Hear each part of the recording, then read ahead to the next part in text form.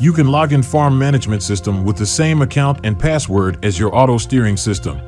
If you don't have an account, click Sign Up Now to register. Click to input verification code, then tick User Agreement. Click to log in. To bind your terminal to FMS, click Auto Steering Kits and Equipment category. Click Bind. Make sure that the account number and SN is correct. Click Yes. Click to input device name. Click OK. Then the check code will show. To enter the check code, tap Menu. Tap Universal. Tap Add to Farm Management System. Tap Farm Management System. Tap to input check code that is shown in the FMS system, then tap OK. Tap Yes. Now the terminal has been successfully bound to FMS. You can refresh the page to confirm its state. To add boundaries, unfold Farm category, click Fields. Click to select Platform, click plus Add. Click Draw to design shape to create a boundary.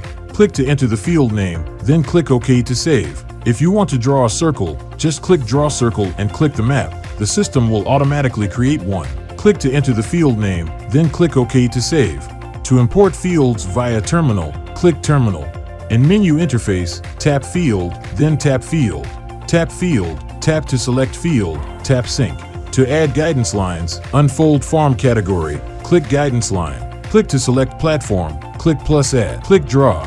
You can draw an AB line inside or outside the boundary. You can draw a curve line using multiple points.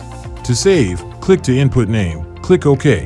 When all that is done, click OK and the task will be added to FMS. Click this square area in the middle. Click to choose shapefile zip to import. Format should be .shop, .dbf, and .shx. Click Import. Click to select Client, Farm, and Field. Click to input guidance line name. Click OK to save.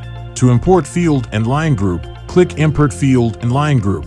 Click to choose Farm and input field name. Click Next for further operation. To check operation records in your terminal, unfold Tasks category. Click Operation Records.